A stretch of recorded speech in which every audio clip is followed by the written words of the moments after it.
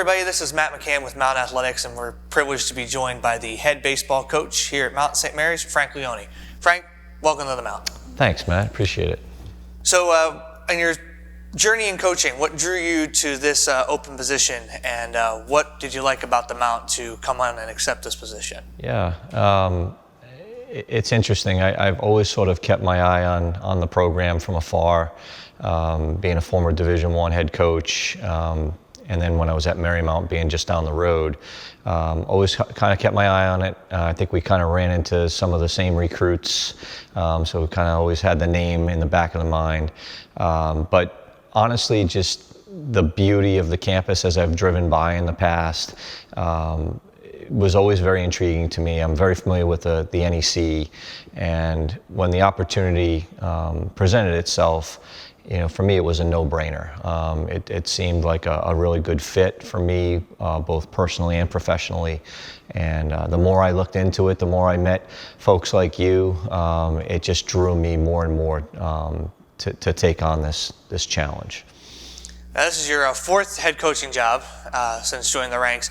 And your first job was, I would almost say it's almost baptism by fire. A lot of folks get their feet wet as an assistant. You jumped almost immediately into the head coaching ranks. Talk a little bit about how you got that first head coaching job, and what were some of the challenges being a person in their mid-20s and starting out as a head baseball coach? It's kind of one of those things, right? Like if I knew then what I know now, maybe I would have taken a different career path. Honestly, back then, no one else wanted the job at the University of Rhode Island. It was a program that was slated to be eliminated. And I had pride in my alma mater. And so I was sitting in an office at Ernst & Young, and I found out that my head coach was about to resign, and he told me to put my name in for the head job. I said, well, I'm 23 years old. I've never been a coach before. How does this work? And honestly, it came down to me and one other gentleman who was a little bit older, and I think they decided let's give an alum a chance, and that was kind of how I got into coaching. And you're right, it was trial by fire, because I had done some things when I was a player to help out with running some of the practices, but I had no formal coaching training or anything like that. So got in there, and honestly, it was just passion and energy, and just went right to it and just tried to save the program. That was my number one goal when I took that job, was save it from being eliminated. And 13 years later, we turned it into a powerhouse and a champion. So it took a while, but we got there. Right, it took about a decade, but then you went from giving the program a pulse to being a contender. What were some of the skills that you picked up as you went along the way in that job, and then going down the future for other things? Yeah, I think the biggest things is learning how to recruit was a big part of it. We didn't have tremendous resources there the entire time I was there, but it got better as we went along. But also my ability to organize recruiting and target the right types of players and right types of student athletes for the position was huge. It was critical. And then also learning how to hone my skills as a coach. I knew the game. I always knew the game, I felt, as a player, but figuring out how to teach the game and how to articulate the type of play that we wanted to embody. Those were the types of things that took some polishing over time. And, like you said, it kind of learn as you go and figure it out. But fortunate enough to have players and coaches that bought in, and like you said, over time, it happened. So you learned it was learning and going. It was also in changing the culture, and then you had to do it almost all over again at Marymount because you were starting a program from scratch there. They had never had baseball, and you were the first head coach that they had.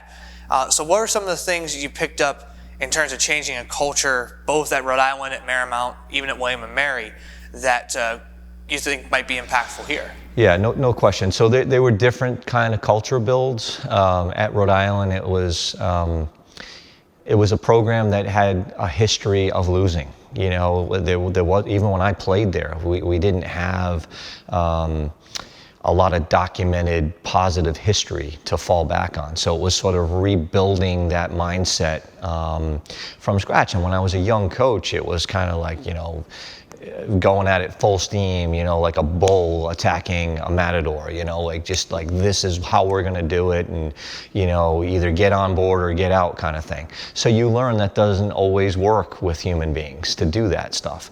When I got to William and Mary, it was more, the situation where the players were kind of beaten down. They had some success, but they were sort of beaten down over their recent experience, and it was sort of building them back up again. And at Marymount, it was a clean slate, like, this is how we're going to go about it, and try to recruit players to that kind of thought process. But the biggest thing I think I learned at Marymount, and maybe applied better at Marymount, was the input from the players, the input from the other key stakeholders that are going to be involved with the program, and you don't have to go it alone. You can bring other people in. There's lots of great ideas, and then as the conductor, so to speak, you just shape the direction that you're going to go. And I feel like that'll really it'll serve me very well in this position at the Mount, because I think there are elements of all three of my former positions that I see in my conversations with the returning players. I hear a lot of the same types of things, so I think it will serve very well. Very good. So you're also taking over a program that has had one postseason appearance since they've last won an NEC title back in 2008. What are some of the key things that you see in the NEC that's going to lead this team back to a championship and championship caliber? Yeah, absolutely. So first of all, I love that, because there's only one place to go, and that's up, right? But I've coached against a lot of the teams in the NEC. In fact, I think just about all of them, maybe with one exception. And I've coached against a lot of the coaches in this league. It's a good league. It's a solid league. But I feel like for me, we're the southernmost team in the conference, and it's baseball, right? So the South usually rules the day weather-wise. Now I realize we're still up in the mountains here, but it's still better to be south during March and April than it is to be in the north. So I think that'll serve us well, and that'll be an advantage for us. But beyond that, I feel like just building that competitive nature of the players and the resilience of the players, I think will serve us well, because I know, again, knowing the teams that we're going to play against, there's going to be a lot of that hard-nosed baseball attitude that we're going to be facing day in and day out, and it really fits my personality well. It's what I've brought to every other program that I've coached, and I feel like hopefully the players will take on that personality as we get going.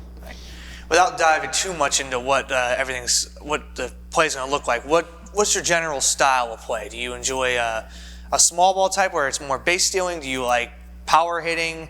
Where do you stand on how you build an offense, and what kind of players do you seek in that? Yeah. So I would say I'm a hybrid kind of guy, but if I lean towards one or the other, I love to play an aggressive style. Love to play a little up-tempo, so it's a combination of small ball. I love the 3-run home run. We love that.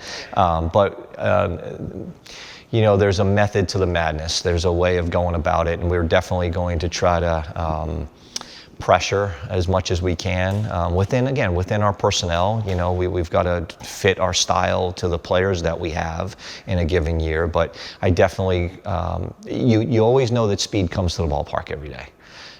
Power sometimes can get shut down by opposing pitching, as can your running game if you can't get on base, right? But I think that the percentages tell me that you have a better chance for a sustained offensive approach if you have guys that know how to run the bases well. You can mix in small ball when you need it, but you can get on base and you can generate scoring opportunities. And then the rest is execution at that point, whether it's hitting a ground ball behind a runner to advance him, driving in a run with 2 outs, or hitting a home run. Opportunities are created through guys getting on base. So that's going to be, our style. We're going to teach the guys how to get on base, what to do when they get on base, what to look for. And quite honestly, I really like to turn it over, and that's another way I've evolved as a coach. I like to turn the game over to the players on game day as much as possible. I don't want them looking into the dugout for a lot of answers on game day. They should have those answers already if we've coached them well enough in practice.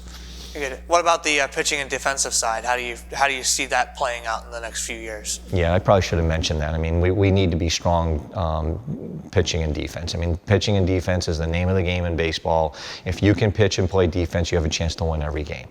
I've heard all the stories about our ballpark playing small and all that. You know, it's fine.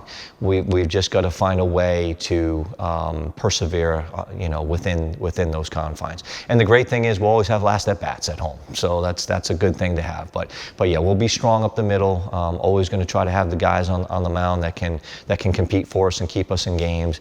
And then we've got to make the routine plays on a consistent basis. If we don't, we're going to put ourselves behind the eight ball, and we're going to give the opposition too many chances to beat us.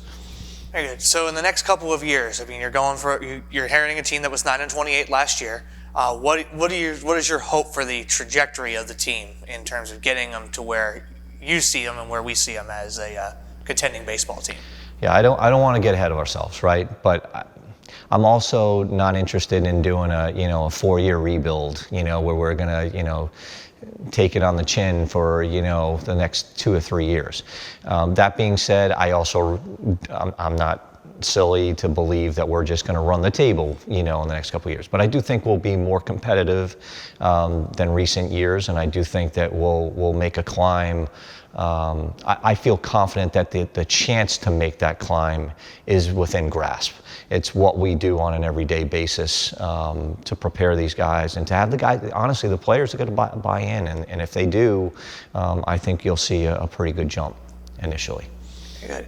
Anything else that you'd like the folks watching or listening in to know about you, or something that you take pride in, or professionally, personally, anything like that?